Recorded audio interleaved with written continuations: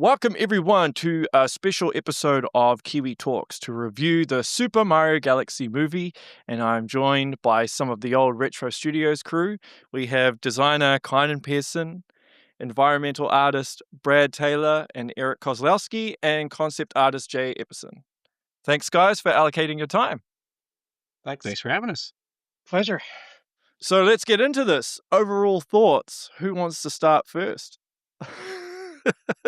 It was fun. I mean, what can you expect from? It's like I saw reviews of people saying like, it's a fucking Mario movie. it was beautiful and like it was fun. Like you go in and I don't know. I don't know what people are expecting out of a Mario movie. Like Expectations are exactly like the word here, right? What you go into it is what you're going to get out of it. And if you had anything greater than like it's going to be a sequel to the Mario movie, then right. maybe you're disappointed. I had a great time. Yeah, this is lots of spectacle, lots of cameos. It was awesome. I think my biggest disappointment is that Nintendo released the fact that Fox McCloud is in it 2 days ahead of the movie. Like that would have been like the coolest fucking reveal. And I would have been like, what? I would have been talking about that forever if they had just let that be a secret. I think they did that because it leaked. Oh, it leaked? Yeah, I think that's why they did that. Yeah, they wanted to get ahead of it. I'm here for comic relief. That's all I can offer. Thanks, Brad. Yeah, from my standpoint, I think that it's funny because I think the fact that it's called a movie is the part that some people get hung up on as problematic, because it's more like a 90-minute music video that's a celebration of all things Mario, or it's a really exciting, really cool 90-minute trailer for a bunch of Mario films. The entire, every single Mario game that will no longer be made as individual films. So it was like a medley, a collection of just everything Mario. And it kind of sucks because I really wanted, like the Mario Galaxy story is already a tearjerker. Like it's an emotional story if you actually go into the Rosalina stuff. And this wasn't that, but it was just an incredible bathing in the history of Nintendo. And honestly, it's going to be one of those films that I'll put on the side, not even have it, volume up, and just let it run in the background just as a celebration of all things Mario. Yeah, I think if I had like any critique of it is that it felt a little overstuffed. Like I don't think they needed to put any of like the Mario Odyssey, like save that for another movie. And like it was cool to see him wearing the cape at the very end, but again, like, and then they had the clown copter from Mario. So like they just kind of like put a lot of stuff in there from the different games, even though it was called the Mario Galaxy movie. And I think if I'm being hypercritical, if I have to nitpick anything, is like it felt a little overstuffed with like every Mario game. Like Mario 2 was in there with Wart, although that was, and Louise Guzman as the voice of Wart was brilliant casting. That was awesome. I love that. So yeah, I was having trouble. Like I was trying to think earlier today, even just like what were the highlights for me, and I was having trouble just remembering any of it because it was so rapid fire. It's like you couldn't soak in one honeybee queen before you jump to Pikmin or whatever, right? Like it was just all over the place. So a little much, but. Yeah, it was like watching a YouTube video at 2x playback speed. Oh yeah, that's what they expect our attention spans are these days. Well, a TikTok reel, right? An hour and a half TikTok reel, pretty much. Right. Yeah. I think that's the biggest like criticism I have just in contemporary like children's animation. Sorry, I'm an animation nut. That's kind of my thing. They're trying to cater now to these shorter attention spans, right? And I think they're kind of doing kids a disservice because I think kids have a bit greater attention span than Hollywood wants to, give them credit for. But I think that was the problem with the film as a whole, and that's why it felt like it was just like the pacing was just crazy fast, and there's no time to like do character development, right? I mean, I felt like they tried. Right. But it's just, okay, we have a few seconds here for a moment and then moving on, Well, yeah. And that's where I would say the first movie, beat it over that. Like a lot more vignettes of the family and the brothers, and it was a little bit, at least in the beginning, was slower. We just didn't get a breath in this one. Like there was no take a beat, have a character moment, slow down a little bit. I mean, here and there maybe, but that's a good point, because like, what was the core thesis, right? Like, because you had Bowser and Bowser Jr., and there was that really awesome scene with the puppet show. Like, I fucking loved that. That was amazing. That was a good scene.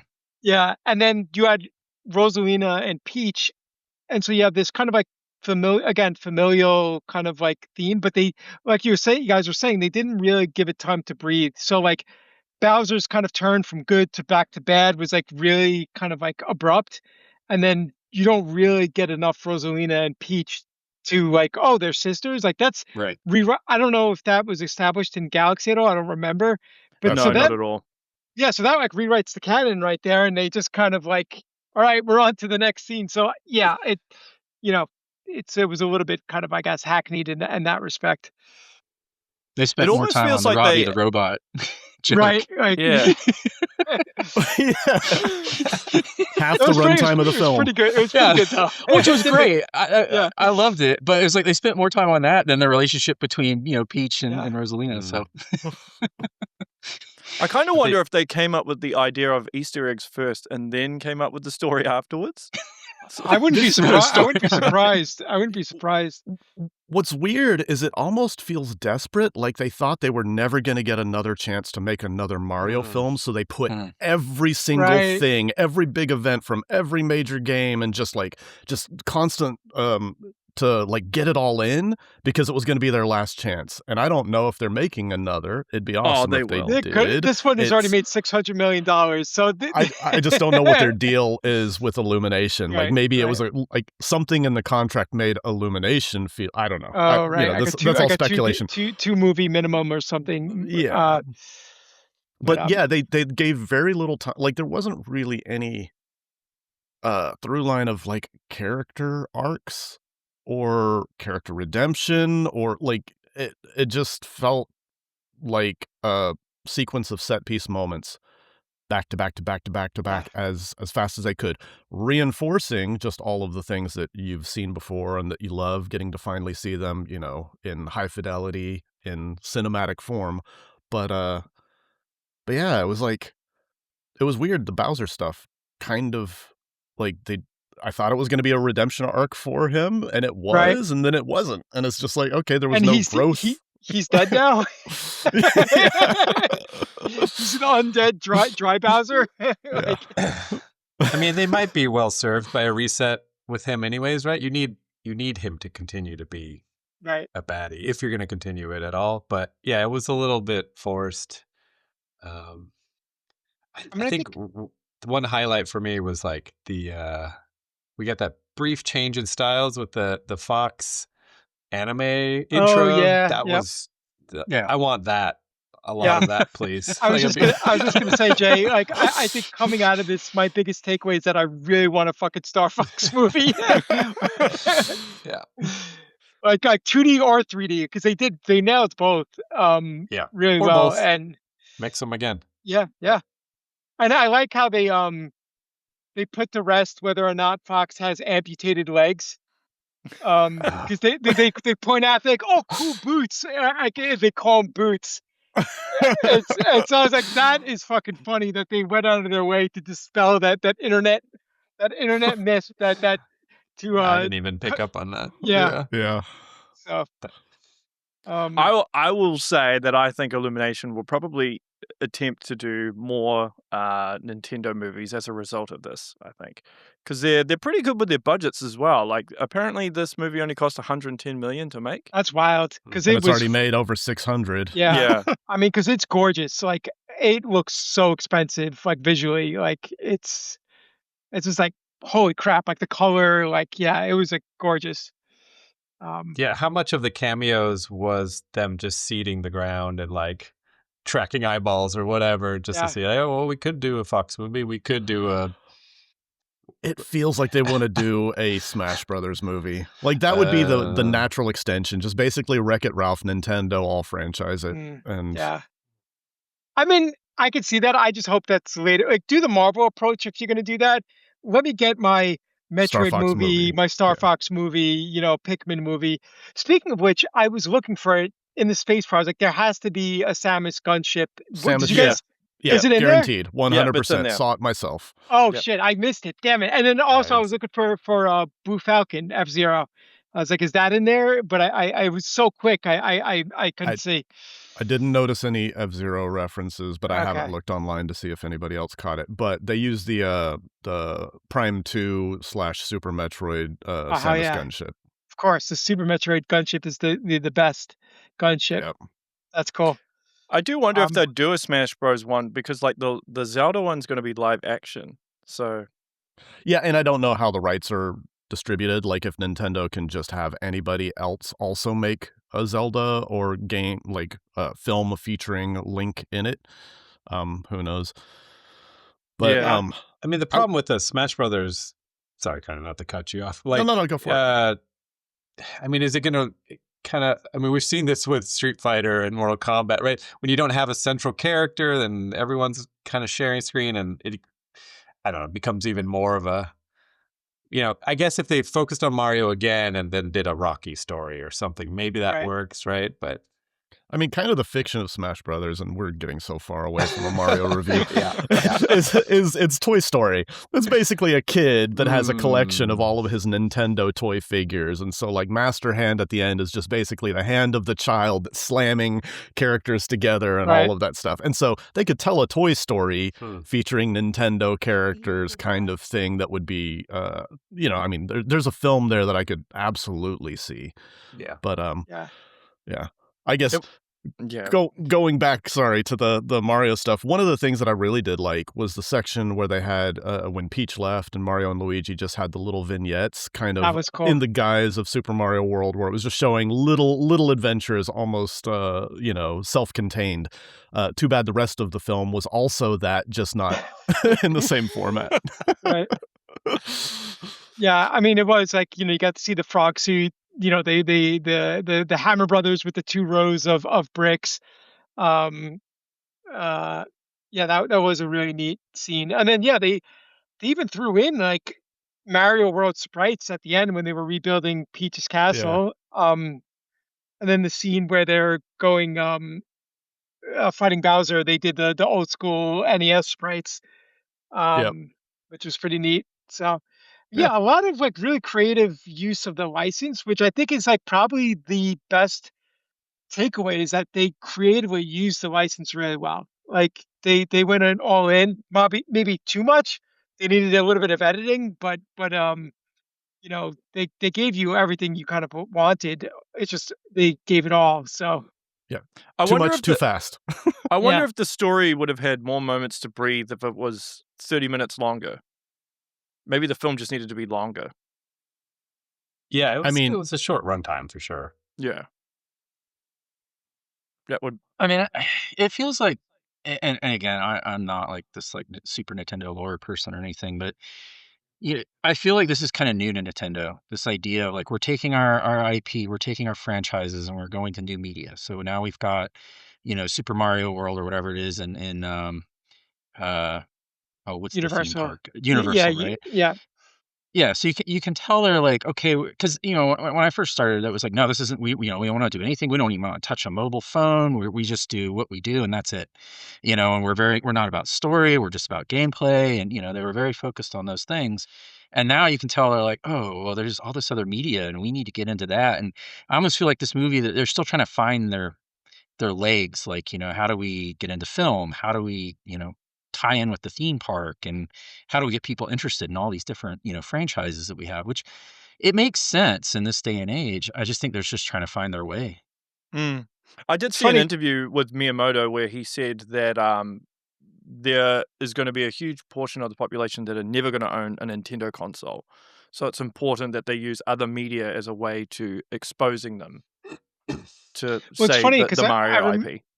I remember while I was at Retro, we had people from marketing visiting, and I was talking with one, and they said like this is again like over 10 years ago, but they were realizing that Nintendo fans were aging out, And so they were going to start this whole new kind of initiative to capture youth. And you could see that playing out with the theme park, with Lego, with the movies now. They dabbled with mobile. So yeah, it's all about making sure that people like us, in our 40s and whatnot, are not the only fans that they'll ever have. That you have younger who are now going to be evergreen fans because they're growing up with it as well.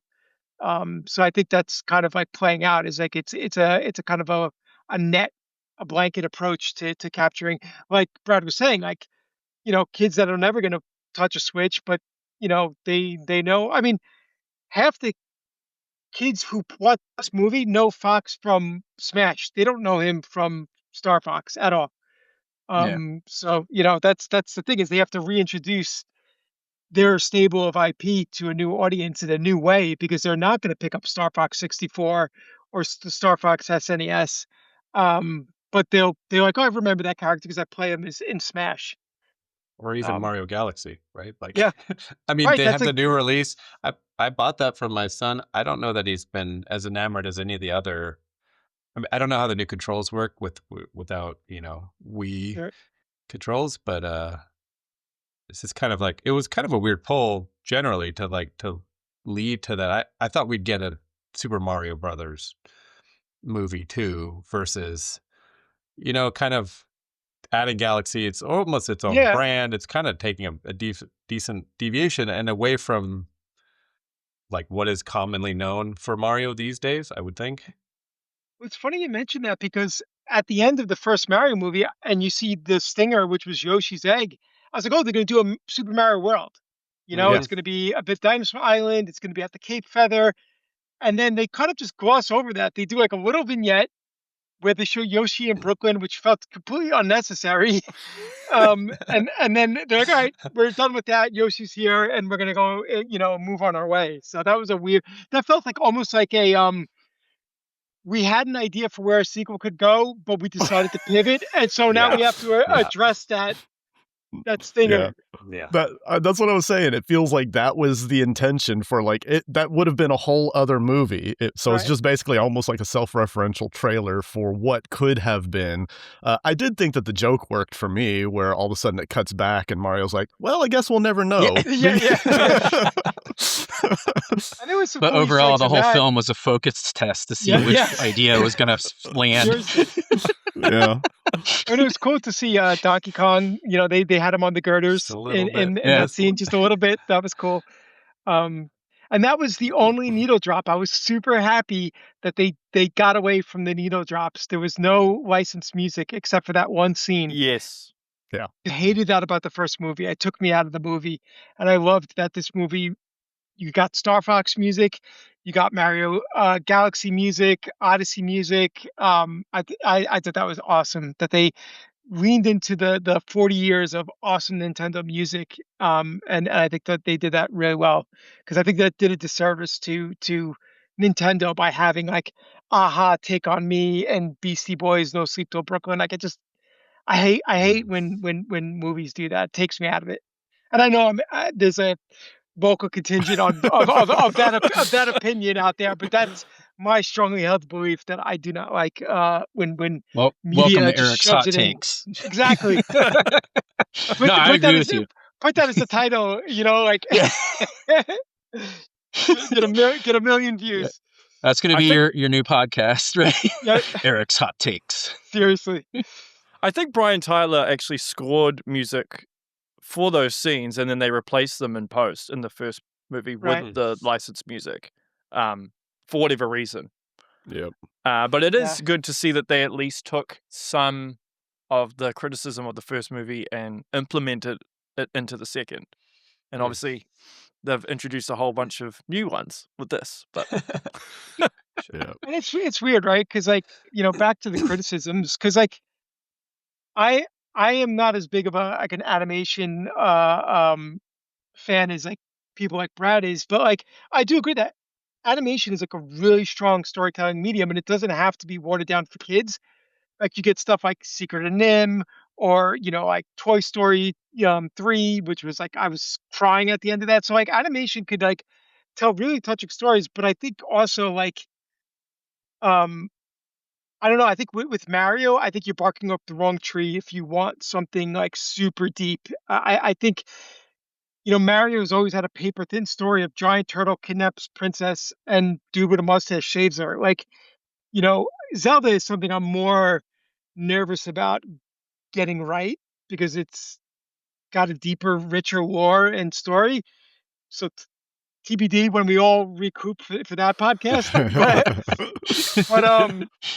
But yeah, with Mario, I think I was pretty satisfied because as an artist, visually, I was like, this is gorgeous, and I loved seeing all the Easter eggs. I think, yeah, like my only criticism is it just felt overstuffed, too much, Yeah.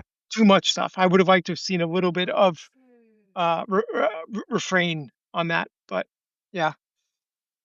And what you said, Brad, about like kids do understand these stories at a deeper level, because I took my nieces and nephew, and when we got out of the theater, I actually asked them. I was like, "Oh, what do you think of it?" They were like, "Oh, it was okay. We preferred the first one." And I said, "Why?" They're like, "Oh, it had more of a story. This just felt like Interesting. there was just heaps of Yeah. Easter eggs." And I was like, "Oh," and they're like 15, 12, and 10. So Yep. yeah. And I think if Nintendo truly wants to, go out, like, hey, we're going to take our franchises into these other medias, like they have a chance. You can take something that's paper thin like Mario and you can build on it because the characters are there and people Right. love the characters. So develop them, like spend the Where time, develop them. where do you guys think the fault is? Do you think that's an Illumination thing, or do you think it's like a Nintendo thing, like holding them back? I think actually it's an intention. So when they made the original Mario Brothers movie, a lot of contention was made. Not like the live action Mario Brothers movie. It was in the studio's hands, and the studio was supposed to tell an incredible story, and they just didn't. And then Illumination's first Mario film came out, and critics still panned it for not having a story. And it was like they put like there's actually quite a bit of story in that film, and they still got dinged for it. So I think they actually leaned in the opposite way, where they were just like, okay, like no matter what we do, they're gonna ding it for not having a story. So why don't we just give people, like, or at least fans, what they want, expand the universe massively, and just fill it stuffed. So it's this incredible reinforcement of Nintendo characters to a new generation and to an audience that's never seen it, and thrilling for players that wanted to see those things represented on the big screen. So I think that like it's got to be baffling to critics that this movie is already so successful, and it didn't have to be a movie. It didn't have to be a movie in the traditional sense. They were just like, screw it. Like, let's just give players what they want and show them just this, like, you remember this, remember this, remember this, remember this, remember this, and just a slightly different take on it. I actually think that the failing of the film was for them trying to just stuff in the story of Rosalina and Peach being related. And it was like, that differs from the expectations that the gaming audience has. So that's the one part where it's just like, wait a minute, is this canon now? And I think that's, so it's They like, just wanted to reuse Peach's model, probably her rigging. Just move some vertices, change some textures, done. Different color hair, dress. Well, We're hey, done. now they're gonna have Daisy, so they can reuse the rig again on Daisy. So yeah. She's also a sister. Spoilers. Triplets. So, I wonder if the critics' problem with like the first movie, again, comes down to like, games as art, because this has been this like continuous battle for decades now, being taken seriously as a medium, right? And now we're intruding into, Hollywood, which, games has done for a while. It's a little bit here, a little bit there, and it's successful with fans, I think.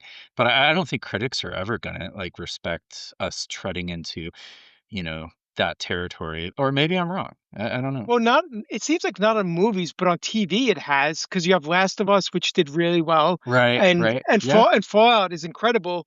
But those are yeah, both prestige television series. Movies, you have Mario, you have Sonic. They've done gangbusters commercially, but critically right. they've been kind of like, And then you have like I just watched the Silent Hill Return to Silent Hill movie. Oh my God, that was so bad. It was so bad. So, it's like I don't think on the movie front, at least critically, they haven't really cracked it. We'll see with the Resident Evil movie because It's the that weapons director, director. yeah. Yeah. So he knows what he's doing with horror. So we'll see. But yeah, we'll I mean, see across the who. board, there's more misses than hits, Yeah, right? yeah, Oh, On yeah, in the 100%. immediate, so Yeah, uh, yeah. Yeah. But it's funny, trying to review the Mario Galaxy movie in a traditional sense is just not even possible. Like, there are a couple things where it's like one thing that like, if it wasn't this movie, if it was trying to take itself seriously, I felt like Peach being completely OP when dealing with Wart and crew kind of undercut the stakes. Like, it made it so that there's no stakes. You can't believe any situation because if she's just able to, like, dominate an entire army coming after her single-handedly, and Mario's struggling just to, keep Bowser Jr. at bay. There's this weird asymmetrical thing going on where it doesn't feel like the stakes are right. But then also, like, the fan thing from my perspective during that scene is I'm like, wait, Mario 2 was a dream.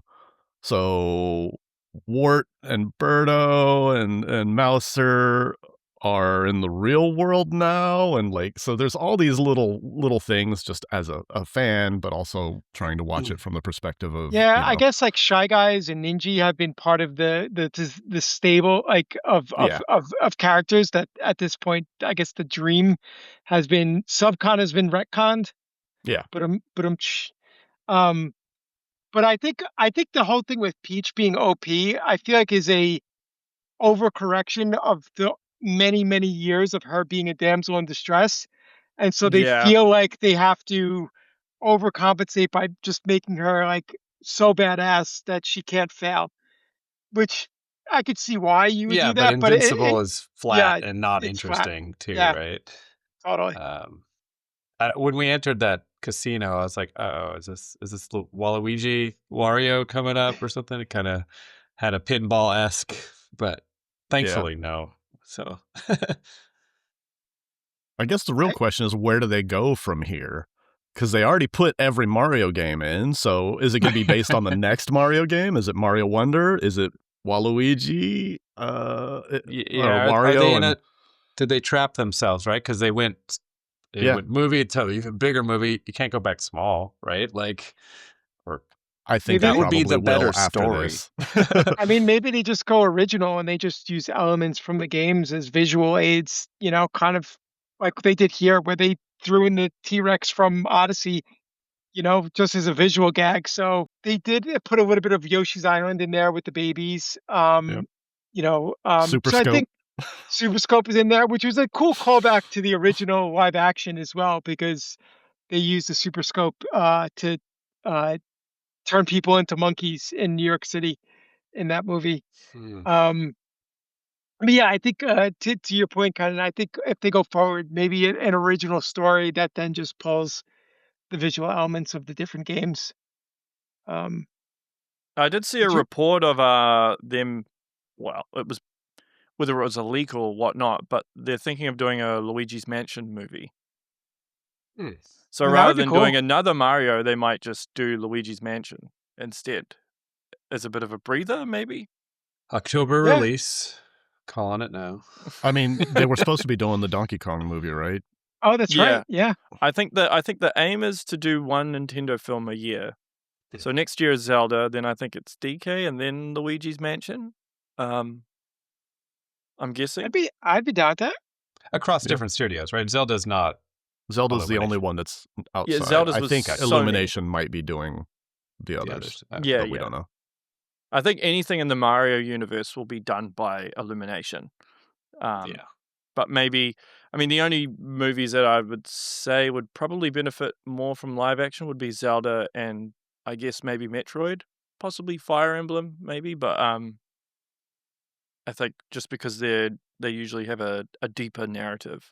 Do you think they continue to chase movies, or do you think they'll do some like prestige television stuff? Because I could see Fire Emblem working better as like a series than a movie. I agree. Yeah. Possibly. I hope Depends so. who's throwing money around, probably, Yeah. right? But Well, yeah. I mean, Nintendo's made bank from Mario, but it's Mario, right? And as you've said, that Mario's got a massive fan base, so it's going to generate money, and people are going to go watch it no matter what, right? You might not be able to pull that off if you do that with like Starfox or something that's a bit more of a niche IP within Nintendo staple. But So here's they might be forced to rely on story more. here's a question: do you think that rumor of a new Star Fox game this summer is true? Because I feel like putting Star Fox in the movie is just like, hey, we need to remind people that this character exists so that when the game comes out, people are like, oh, that's the character from the fucking Mario movie. It worked with Donkey Kong. Right, yeah. with So Bonanza. DK got his own game, so I would assume that they've got something going with Star Fox, and that this is a great way to reintroduce in a big way Star Fox as a character. Because like honestly, this is an incredible branding effort of just like expanding Nintendo's like familiarity with even obscure characters to just the people that might have had a tangential interest in Mario alone. So Yeah. now there are people that know about Pikmin and Robbie the Robot. Right. I mean, that's got to be one of the pillars of intent, like across the board. Like, if we make money, great, but also this is the purpose of this transmedia nonsense, right? I mean, and they do it with Pokemon already, right? Are the games there to sell cards, or is the show to do, like, it's all kind of it all feeds it. Yeah, intertwined it All feeds feeds itself. into each other. Yeah. Yeah. I did I see an think- interview with Miyamoto in regards to the Star Fox thing, because that was actually an Illumination idea. They pitched it to Miyamoto, and he was keen, and then he was like, oh, I'm not sure if the higher-ups at Nintendo will approve of this. And then he went to them, and they were like, yeah, include it. And he was quite surprised, apparently. So, but whether he's saying that to throw us off because of a Star Fox game coming out, I don't know. Yeah. The Pikmin Yeah. inclusion was his idea, definitely. Yeah. I was like, if Pikmin in here, that's my But and I appreciate that I feel like they no pun intended, they stuck the landing with how they depicted Fox. Like I enjoyed his characterization. Like they didn't make him a dick. Like I thought that for sure they were gonna make Mario and Fox butt heads. And they were like, oh, like they were like bros like right from the start. And I was like, that's cool. I appreciate that. Because you could see how like they could have made Mario feel like insecure because Fox is like a badass. So I like that they kind of just like went right past that trope. And I thought that was cool. Yeah. Did Fox I get agree. more screen time than Rosalina? I think so. Yeah. Yeah, I think so. Yeah, they did the Stuff Bros moment. Like, do we just become best friends? Right. Totally. And it was like that with Yoshi as well, because Yoshi just kind Yeah. of shows up, same thing. Yeah. So Reese, what was your overall impression with the movie? Yeah, I liked it for what it was. As you've said, I think you got to go in with the right expectations. I think for me, because with gaming, it's an interactive medium and gameplay is usually the center focus. I think with film and TV, narrative should be the center focus, and it wasn't with this. So I think for me personally, that stuff's always going to feel a bit more hollow and not really resonate with me as much as it would with like a Disney film or something where story is more of a central focus. But I enjoyed it for what it was. Based on the first film, I was like, I think this is going to be more of the same, and it was. But yeah, I enjoyed it. I do hope though that the Zelda film is nothing like this. That's my only hope. Yeah, Yeah, I would I agree. imagine it wouldn't be because of the director. Yeah, I agree. And I think Miyamoto, because he'll be heavily involved as well with that, I'm sure. But he understands that Zelda has a bit more lore than Mario. Yeah, so Yeah. we'll see what happens come next year, Nervous. whether they pull it off. I mean, I think it will be difficult to pull off because you're giving Link a voice as well. But they did it with Mario. I was actually worried about with the first one. I'm like, giving Mario a voice, and he's never really had a voice. But I think Chris Pratt did a reasonably good job. Yeah, it's Yeah. inoffensive. it's it's not the best, but it's not the worst. I think it's funny that they made a fuss over Yoshi's voice being Donald Glover, and it's like you could have done that with some synthesizers. You didn't need to like hire an A-list actor or whatever. So Well, I think I did read an interview where who's the head honcho of Illumination? Who's the guy? Chris Chris Chris, Mil- what's his surname? Melisandre or something. Yeah. Mil- So yeah. he said after the first film came out, all these actors were just contacting him to be in another one. So I think that's how Brie Larson ended up as Mm. Rosalina, yeah. and Donald Glover ended up as Yoshi. He's like, yeah, I don't care. I'll just do Yoshi voices. I just want to be in this. Donald Glover is a legit super fan. Yeah, it's actually crazy how many big Nintendo fans there are in Hollywood. I mean, I was surprised that they got Glenn Powell to do Star Fox because he's pretty big right now, and he did great. I thought he was a great voice for him. Yep. And like I said, Wart was perfect casting. I love that. I mean, Luis Guzman he's great. He's great as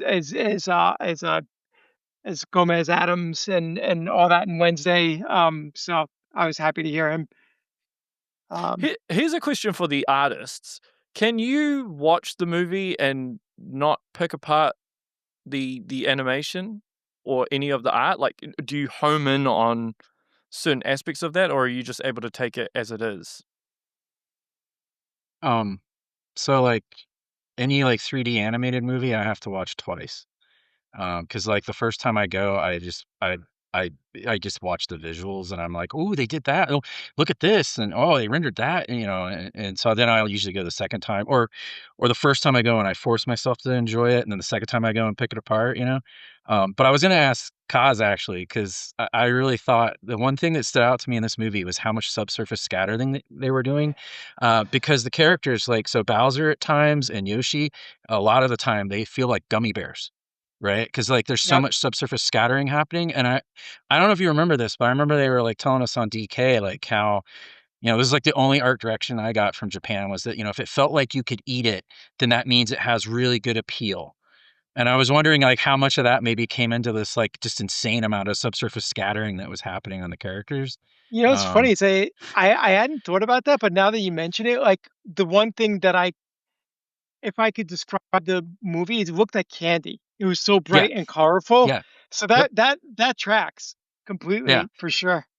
I mean, that was the one thing I kept thinking about. But like visually, the movie was fantastic. I was amazed actually, like that, like wow, this is very high quality. The rendering time. I mean, I hate to say this, but I was like, man, the amount of render time they put into this compared to the story, like, wow, that was a waste of a lot of power. But yeah, visually it was beautiful.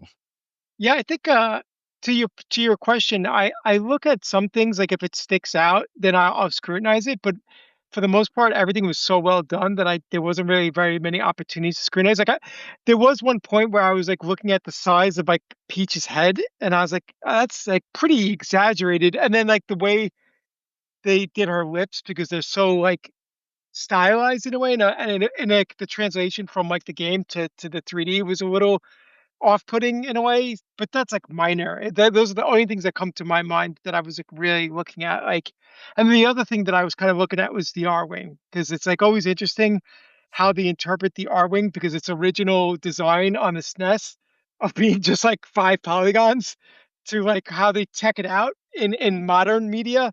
I always appreciate how they stick to that silhouette, but then make it look like modern and stuff like that. So I thought that was kind of cool, but yeah, it comes in waves for me. Like if something, like is new, like oh, Wart, like I have never seen him in this high res 3D before, so I'm going to pay attention to him, or Mauser. And then when the claw guy, I forget his name, shows up behind Peach, I was like, oh, that's kind of interesting. They made him look a bit more realistic than some of the other characters that were more stylized. So it's stuff like that, but for the most part, I could just turn off and just appreciate. It's one of those movies that I want to watch at like 0.7 playback speed or Yeah. 0.5 playback speed. Like they do a shorthand because the movie's so compressed and they're just trying to fit so much action in that they do the slight cheat of just having characters swoosh with motion blur and then just have a little bit of follow through at the end instead of actually doing like a full animated sequence because it's just so fast and they need to do the kind of just get player or characters across the frame super fast into different locations. But I think that movie, honestly, if you could keep the audio all paced regularly, but actually just slowed it down to 75% of what it was, it would be a better film. It'd be better paced. That's a good point. Yeah. I imagine Nintendo as well were on Illumination's ass in terms of how the characters looked, right? Because you guys would have had that when you worked on Donkey Kong, Eric, Brad, in terms of how, well, not you guys specifically, but the character artists, right? Yeah. Well, I remember my friend Adam Schumann worked on DK's Fur, and he worked on it. And I think I've told the story on one of your podcasts previously, but he like worked on it for like a year. Like the characters were always the most scrutinized, and Kynan, you could probably speak to this with your experience with DK and Metroid as well. But on the environment side, they were a little bit more hands off. But yeah, the characters, especially the franchise characters, the original, like The legacy. the legacy characters, Nintendo was always really strict about, down to the Pantone color of DK's Fur. So Yeah, that was the part that cracked me up, is they came out from Japan and they actually brought Pantone chips for DK's fur color. And I looked at, Tim actually, and I was like, well, that's great until we light him, but it's gonna change once he's lit. Like, do we want him to have him like, unlit and Full he's just bright? like that color, like, yeah, he's just full bright, Yeah. So they used to have a war chest of basically approved models that they would hand out to different studios working on characters. And if you were doing original stuff, then you're ultimately getting members of the team that are responsible to scrutinize and basically go back and forth with revisions until they're approved. So I would imagine that the first Mario movie, it was a nightmare for them, and I wonder if they eased up. Because ultimately, you've also got Miyamoto-san at the helm, so he can get things approved a lot better himself than having to go to every individual True. director and try and get approvals. So I don't know. I don't know if they handed him a bunch of approved models as well, just to start from, and then just gave him a pass if the deviations weren't so significant that it was character changing. Yeah, I mean, as a second pass, they've already gone through the process. A lot of that is, doesn't change so much that I would hope it would be a smoother. But there were so many new characters too. Like, Yeah. could be a headache. And I guess like having such a success with the first movie buys a lot of trust. Yeah. So yeah. And it made a lot of money. Yeah, that's what I mean. I did like the creative liberties they took with Bowser Jr. whenever he had his little scarf over his mouth, and they actually did the animated, Yeah. was pointy cool. teeth and everything. Yeah. That's a good point. Yeah. I think as far as characters go, I've never been a fan of Bowser Jr., and they did a pretty good job of making him interesting in this movie, where I was like, oh, he's pretty compelling as far as character goes.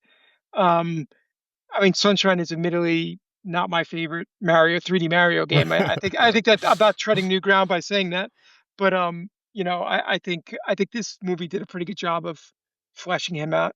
Is that where his brush power changing him into? Yeah. Is that where that? Yeah. Okay. Yeah. I Although missed they that game merged a entirely, little so- bit of so like the last form that he took when he became the giant dragon was a throwback to Odyssey. Odyssey. Yep. Oh a yeah, major the moment in there. dragon. Jeez, that was Yeah. a little much. I don't know. Yeah. Yeah. As we've already said, like it was just like, oh, okay, I guess.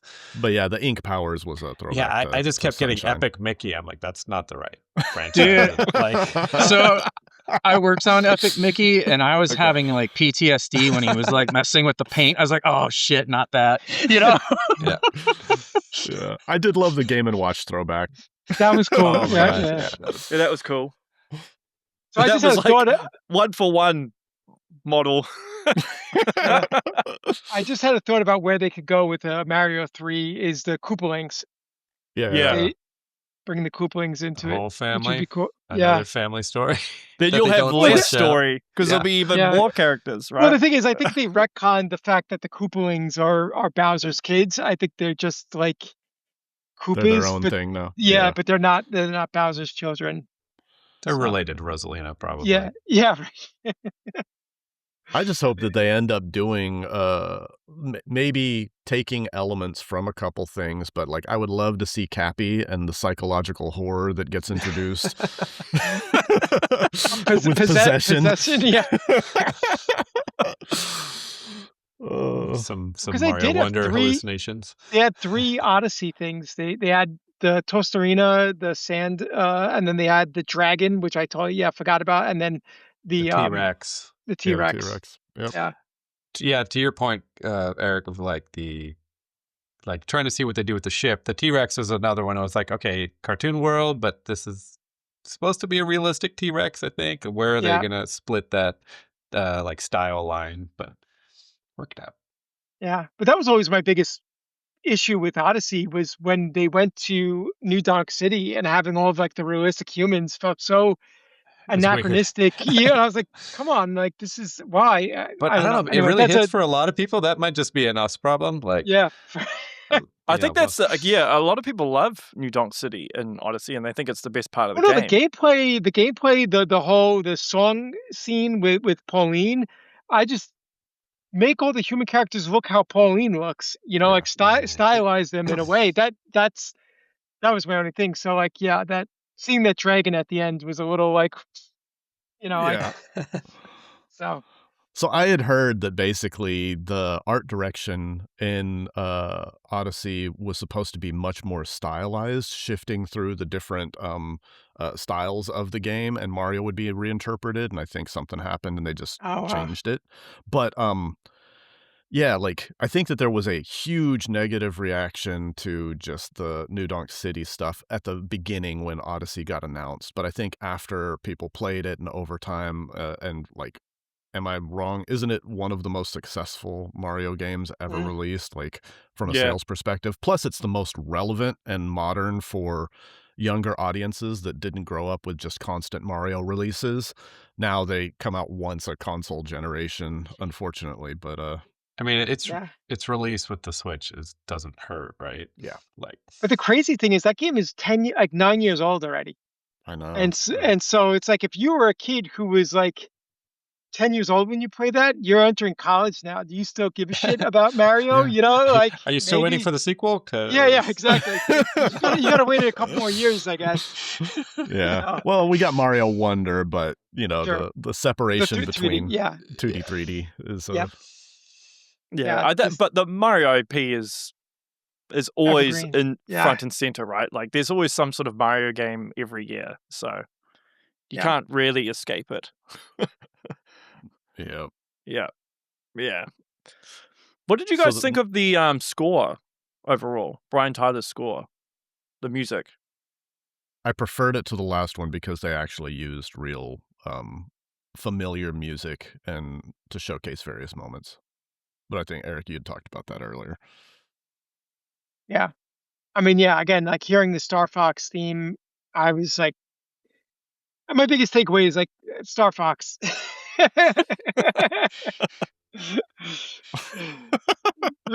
Starfox feels like it's made for a movie. Like, if there's anything where they've got a cast of characters that they can build up and have actual plot, Starfox is like so.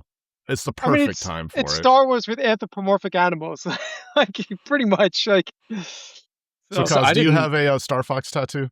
No, I do not. That's next. I have a Zelda tattoo, but no Starfox tattoo. So I didn't know that Starfox was going to be in it, and so I was all like, really? "Oh shit!" Yeah, I was all excited. Oh man, I was so bummed when they released that key art because I was saying like that would have been like fucking mind blowing to go into that blind because that was a cool moment. Totally agreed. Yeah.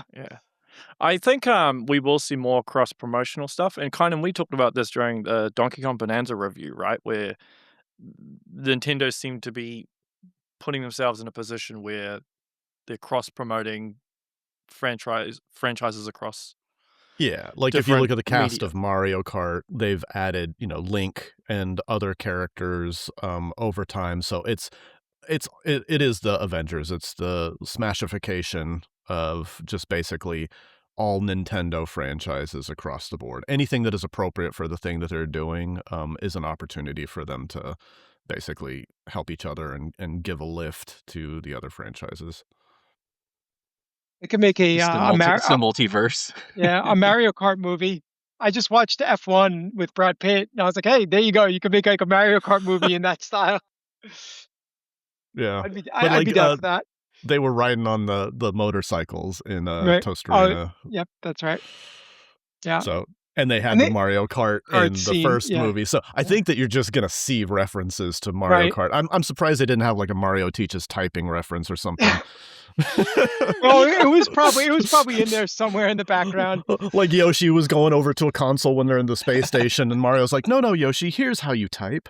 Did you guys notice the the wrestling poster of Starman in the back of Mario's bedroom? I didn't see Oh, it. no, I didn't see Yeah. that. Yep. Yeah. Yeah. Yeah. Deep Again, cuts. when this movie comes out on streaming, I'm gonna just have to like pause through it to see all the shit. Yeah, I totally missed the Metroid cameo, which I knew it had. I was like, they have to put it in there, but it was going so quick that I just missed it. Yeah, There was a Little Mac cameo as well. Oh, really? Yeah. I didn't see that. Yeah. I Right at the mean, beginning with Yoshi. Yoshi's walking through Brooklyn, and Little Mac quickly goes past the screen. Nice. Yeah. Yeah, It's like there's a lot of cameos that are like click and it's gone. Blink and you miss it. Finding the line between like which worlds get to intersect. I mean, the going bigger and going to Galaxy makes a lot more sense because they're like, we want a bunch of cameos and they can't all be in the Mushroom Kingdom, presumably, right? Just like canon wise or whatever else they care. So the universe solves it. You just go big and then you can throw Fox in there and you can throw Samus in there. You can throw. Even with Fox, they had the conceit that he got warped there because of like a mishap with his like G diffuser or something like that. So they kind of like wrote their way out of that. But then why was Metroid's ship there? So They don't care about lore. I mean, story. Nintendo fans do though. Yeah. Oh, they do. Fox fits way better in Mario's world than Samus does. So Yeah, that's true. So and the Pikmin too. Yeah, you don't want to see like Samus appearing in Zelda or vice versa, right? It would just be weird. But it's funny, like when the Wii U came out, I was totally thinking that they were going to call the next Mario Super Mario Universe, and it would basically be an expansion on the stuff that they did in Galaxy, but with more referential Nintendo stuff, so you could just go across all that. And so that was a little bit of a miss. Oh, go ahead. No. I was going to pitch for Tropical Freeze. I pitched the name Donkey Kong Country Reunion as the name of the game because we were bringing back Cranky and Dixie, and so I was like, who came up with the name of Tropical Freeze? I have no idea. I think it was Vince. Was it Vince? It just came one I think day. it was. Just calling it Tropical Freeze. So I was like, okay. Sounds like a Capri Sun. Yeah. Flavor, but. An exclusive 7-Eleven slushie. They missed a marketing opportunity there. Or maybe it happened. We totally did, yeah. There's like a gum I always see at the checkout my supermarket that's called Tropical Freeze. And every time I'm like, So. Well, cool, guys. Well, I'll wrap up there unless there's any final thoughts you have. Yeah, if you haven't seen it yet and you didn't mind just getting completely spoiled, I'd say go into it. go into it with low expectations, and it's a lot of fun. Yeah, just don't expect it to be a movie. Just go into it like it's a trailer for other movies that will never exist, and you're good. Yep. Do you guys have anything to plug before I wrap it up? Anything that you need to promote? I would say stay tuned to my channels because I got some big announcements coming up soon that are going to be exciting, but nothing I could talk about just this moment. Cool. I've started working on a game of my own, but it's way out. So way out. Yeah, that's my thing. That's the But I I have a pretty good prototype going that I'm going to hopefully share soon. So Nice. Yeah, I'm in the same boat. We've got something cooking, but not talking about it yet. So Identical from me. Yeah. Because the game industry, where jobs, no jobs. So, well, make so your own do job, on your right? own. Yeah, Make job. help computer. That's my That's a positive spin on a negative situation. I like it. I mean, what else are we gonna do? I mean, so I teach. I've been teaching the last 5 years, and that's the really only thing I can tell my students right now is like, look, the industry is in the biggest downturn we've ever seen. None of us have an idea of what it's going to look like when it comes out, when it's going to come out. But I really do think most developers, I've talked to are just like, hey, you know what? Screw it. I love to create. I'm going to keep creating. They can't keep me from creating because there's all these free tools and free distribution models now. So I'm going to keep doing what I know to do. Yep. And that's I think it's what most of us are doing. Yeah, 100%. That's my message. Well said. Hey, dude, well said. I mean, you've spoken like a true teacher because I think that's right on the money. So taking your destiny into your own hands. Yeah. Cool. Well, guys, this has been an absolute pleasure. Thank you so much for sparing your time. That is the show, everyone. Make sure you share, like, and subscribe. And until next time, stay safe. Yoshi!